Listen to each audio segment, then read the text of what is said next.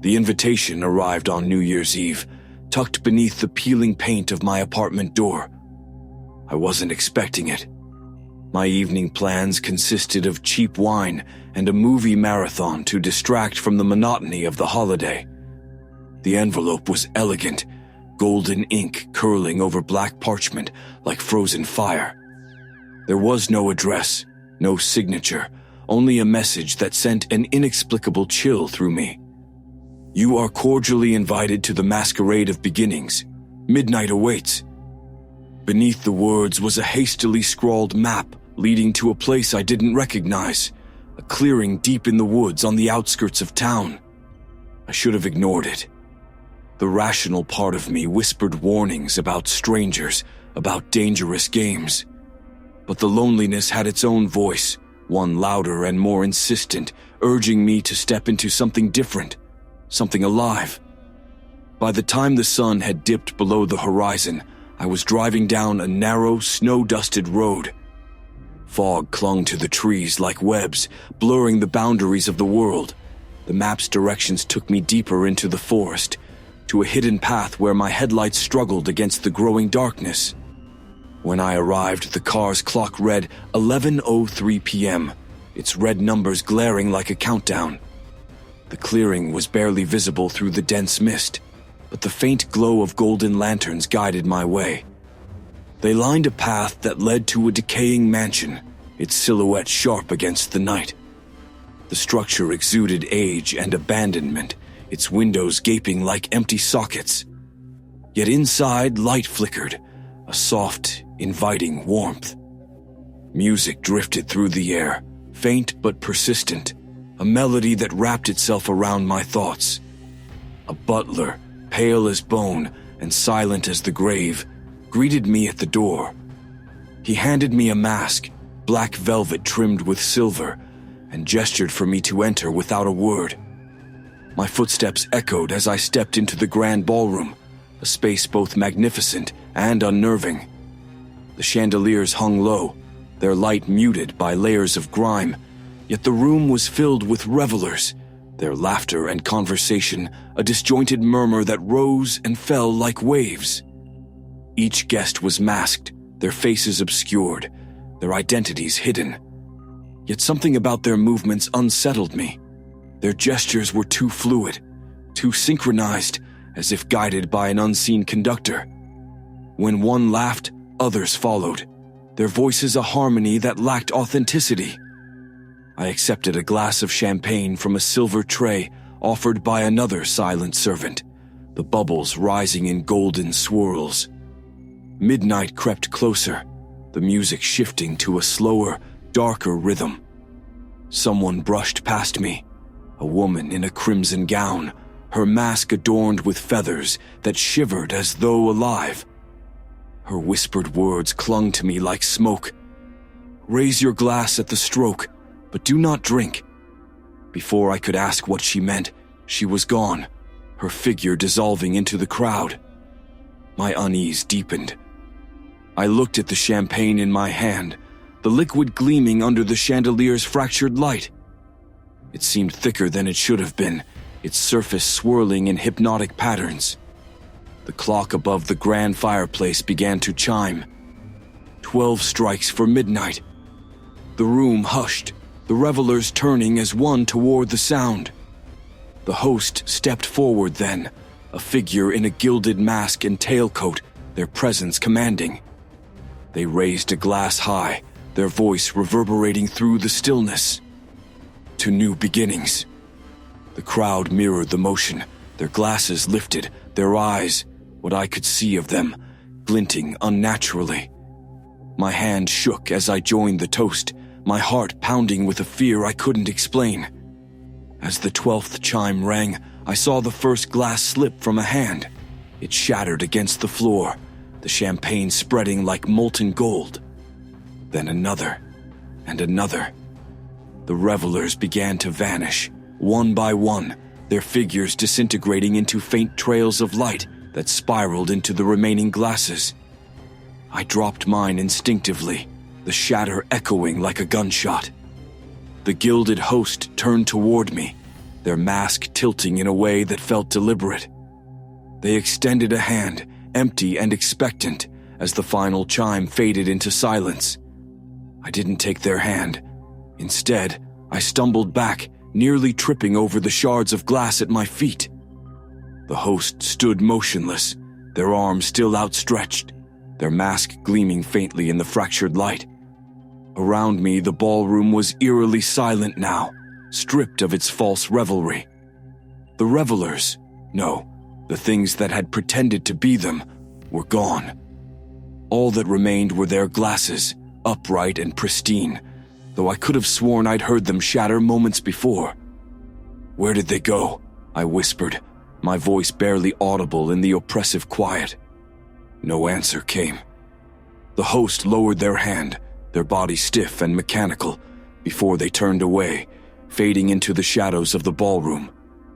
I was alone, or so I thought, as I stepped toward the center of the room, drawn inexplicably to the abandoned glasses. I noticed something I hadn't before. Inside each one, faint shapes twisted and writhed like smoke trapped within crystal. I crouched beside one and peered closer. A face stared back at me. The features were distorted, stretched as if pressed against the glass, but the expression was unmistakable, pleading, desperate.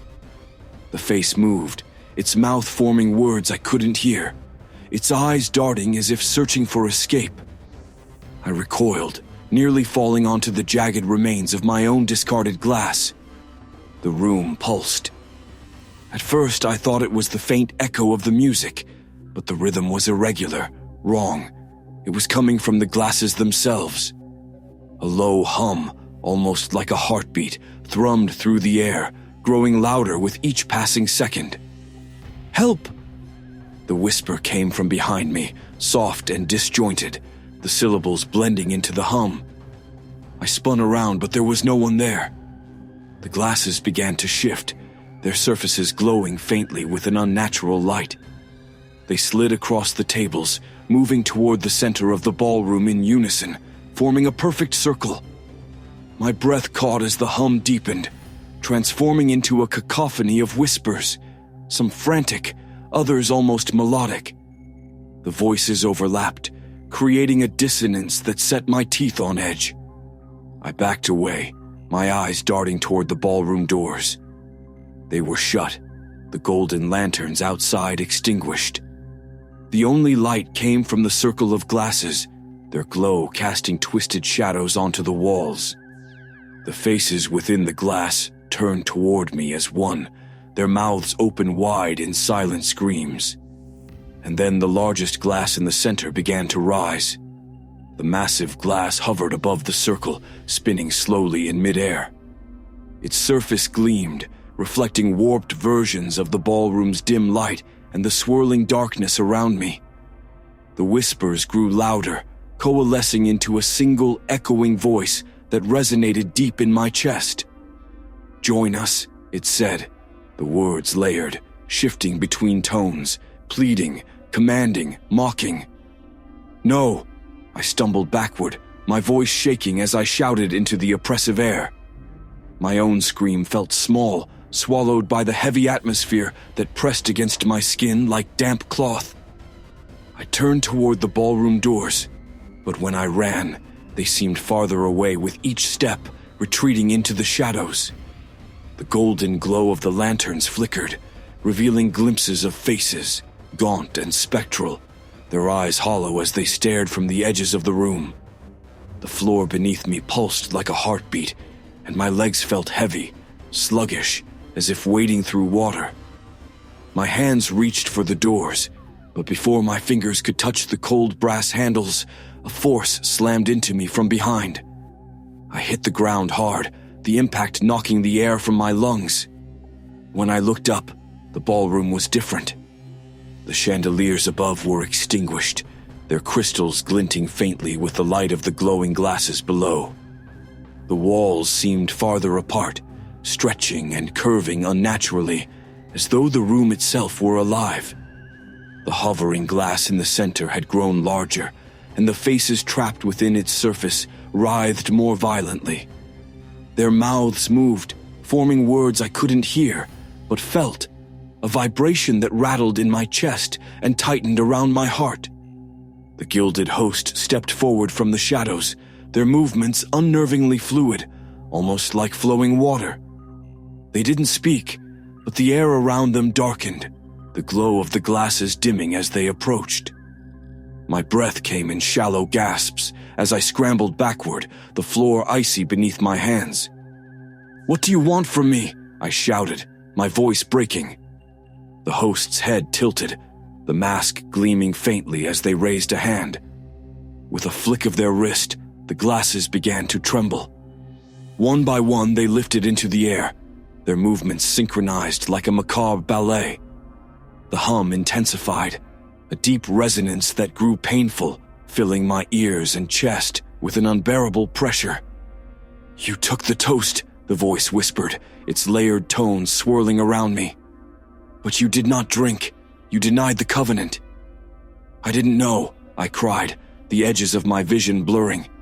"I didn't know what this was."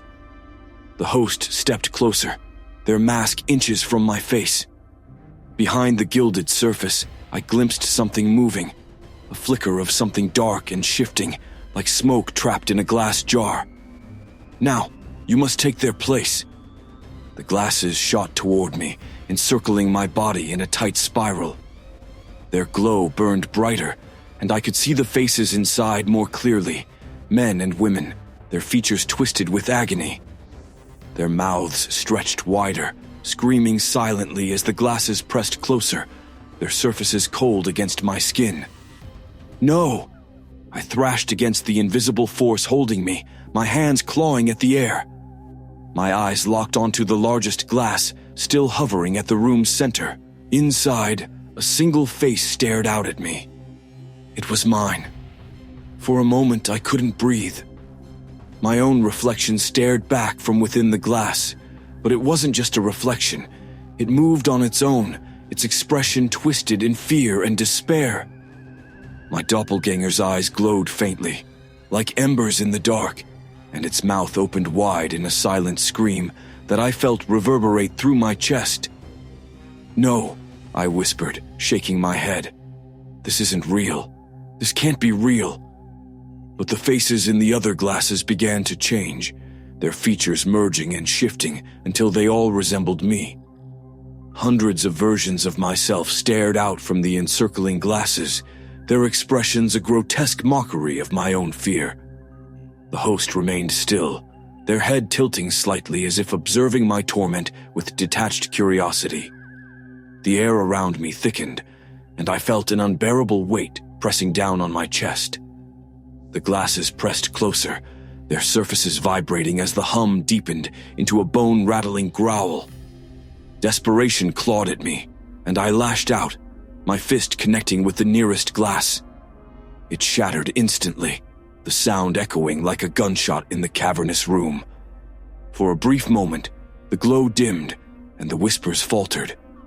The faces inside the remaining glasses twisted in pain, their mouths opening in silent wails. The host's mask turned sharply toward the broken glass, their movements stiff and unnatural. I didn't wait to see what they would do next. Grabbing a shard of the shattered glass, I lunged toward the hovering centerpiece. The doppelganger inside writhed violently as I approached, its movements frantic and desperate. My reflection's eyes locked onto mine, pleading silently, but I couldn't stop. My survival instinct drowned out the horror clawing at my mind. The host raised a hand, their fingers curling into a fist. The glasses around me surged forward, slamming into my body and knocking the air from my lungs. But I kept going, the shard slicing into my palm as I tightened my grip. The largest glass loomed before me, its surface pulsating like a living thing. With every ounce of strength I had left, I drove the shard into the center of the glass. Time seemed to stop. The glow from the glasses exploded into a blinding light, the force of it hurling me backward. I hit the ground hard, my vision swimming as the whispers reached a deafening crescendo, then abruptly fell silent.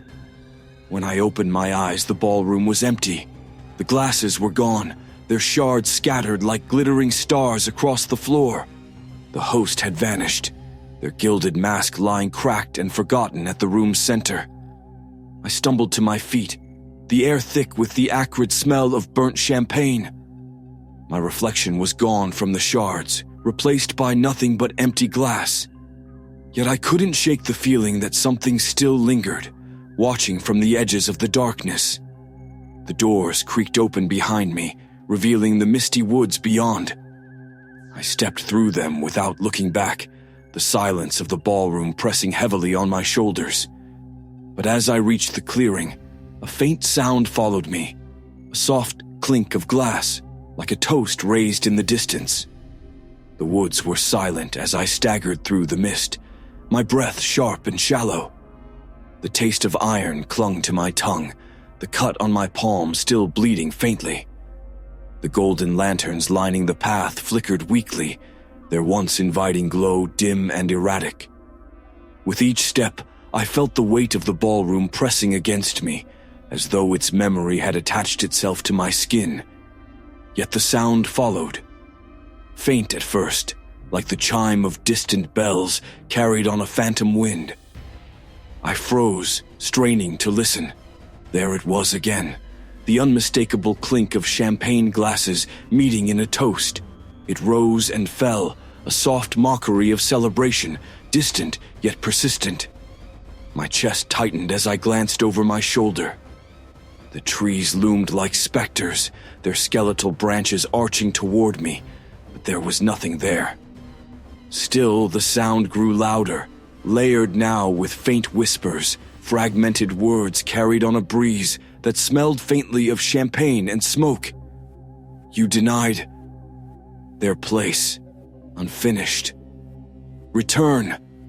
My legs moved faster than my thoughts, feet crunching against the frost-bitten earth as I pushed forward.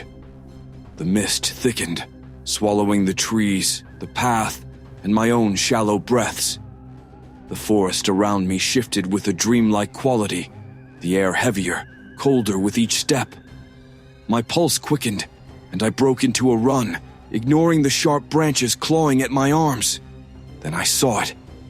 Ahead, through the mist, the clearing where I'd parked my car came into view. Relief surged through me, weak but real. I sprinted toward the outline of my vehicle, fumbling with the keys in my pocket. But as I approached, my steps faltered. The car was wrong.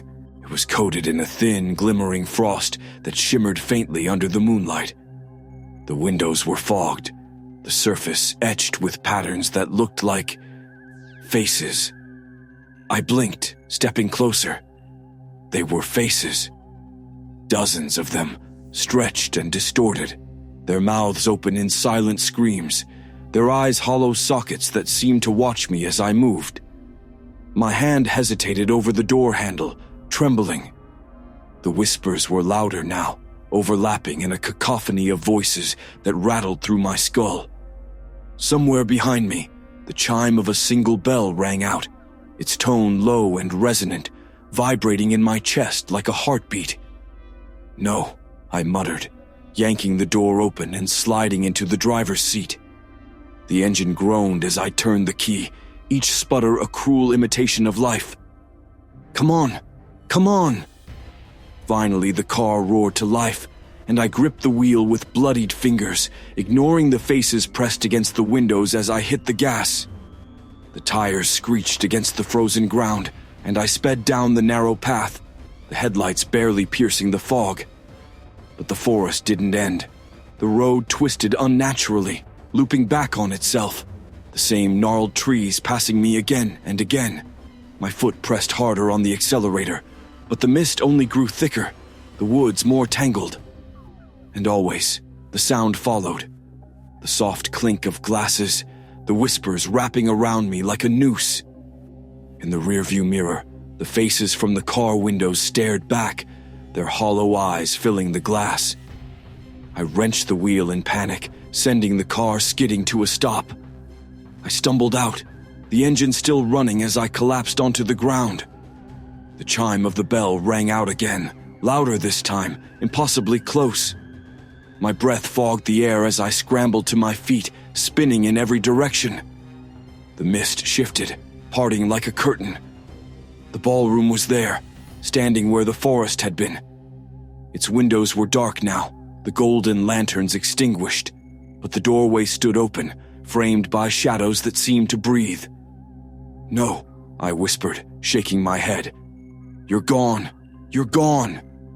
The whispers swelled, drowning out my voice, their cadence turning frantic. Through the doorway, I saw the gilded mask lying on the ballroom floor, cracked and discarded. But something else moved in the shadows, a faint glow, flickering weakly, drawing closer. The largest glass, hovering once more, its surface gleaming with a sinister light. Inside, my doppelganger stared back, its eyes burning brighter, its mouth forming a single silent word. "Stay." The whispers reached a fever pitch as the mist surged forward, pulling at me like cold hands. I screamed, stumbling back toward the car, but the ground beneath me cracked, splitting open into jagged shards of darkness. My body froze, paralyzed by the weight of unseen eyes, and the whispers burrowed into my mind, deafening, consuming. The last thing I saw before the mist swallowed me whole was the glass, now inches from my face. The reflection of myself, twisted and distorted, smiled. And then, silence. When the search party found my car days later, it was empty, the driver's seat covered in fine glittering frost. On the passenger side, a single champagne glass sat upright, its surface pristine. Inside, a face stared back,